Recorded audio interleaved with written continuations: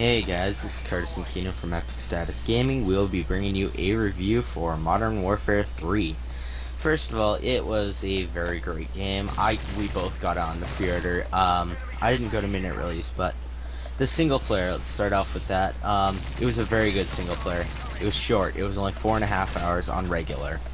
I died a couple times. There were some parts that were a bit of a pain, but it had a great storyline. They brought back a lot of Modern Warfare 1, so Call of Duty 4, and they brought back the feel of the stealth of Modern Warfare 1, which I liked. I wasn't a fan of 2, all the rushing, but I had a great time with the storyline.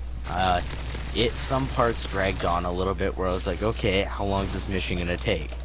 Is it gonna take me an hour? Is it gonna take me 20 minutes? Some missions were really short, some missions could have been longer. And some missions I just felt really cheesy. So that was the problem, some cheesy missions with the single player. But we'll move on to the multiplayer. The multiplayer is it's fun, but the problem is it has some hit marker issues. You get a lot of hit markers, I find. Like I've had headshot after headshot and they don't die, and then they can shoot me in the foot once with a M4A1. And I get killed, which kind of annoys me because I've never had that much of a hit marker problem. And the maps, there's 16 or so maps, and they're basically all remix of the Modern Warfare 1 and 2 maps. Some of them, you can see the changes they've made, but you can also see the old map if you played on it enough, like High Rise. Take the building down and make it a construction zone. There's the map. But they made some really obvious changes to the maps, which I didn't like. They should have made their own brand new maps, and it was really annoying. The guns are actually really good. They brought the old MP5 back, the Navy style one, not the MP5K. But they brought a lot of old guns back. You have to play actually a hybrid style of Call of Duty 4 and Call of Duty Modern Warfare 2, which I really like, that hybrid style, that you have to move fast, but you gotta be efficient, you gotta be able to shoot well on the move. Like, there's 80 levels, 10 prestiges, there's a prestige shop, which gives you a lot of stuff, and there's one thing that I really like.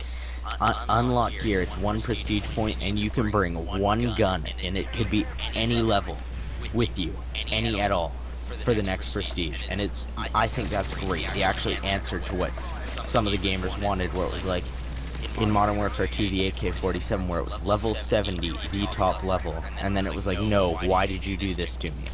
I was very annoyed with that, but they actually brought it back. They did Sledgehammer for their first big release. I don't know if they've done anything else, I didn't really look into it, but they did a phenomenal job on the game for a first time.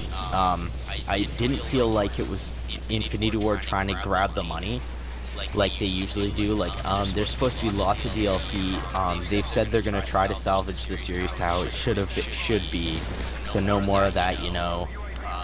All the map packs are gonna be terrible, and they've got this new Spec Ops Survival. Let's move on to that.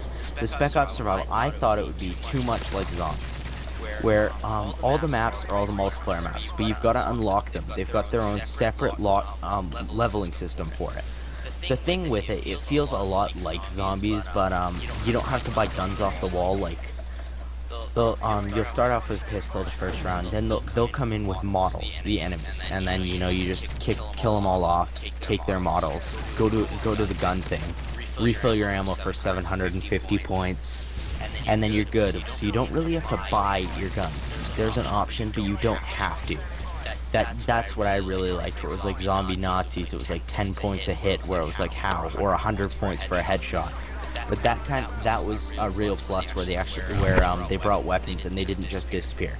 That was a major plus to the game, I thought. And the air support, like the Juggernauts, they still seem a little bit overpowered, because earlier I was playing with my friend and called in airstrike, but the airstrike isn't jets flying across, it's an AC-130 dropping 75mm rounds, which are the mild explosive ones, not the big one or the machine gun, the mild ones. And it survived 2 impacts of that and just stopped. So me and my friend had to drop a few rounds. The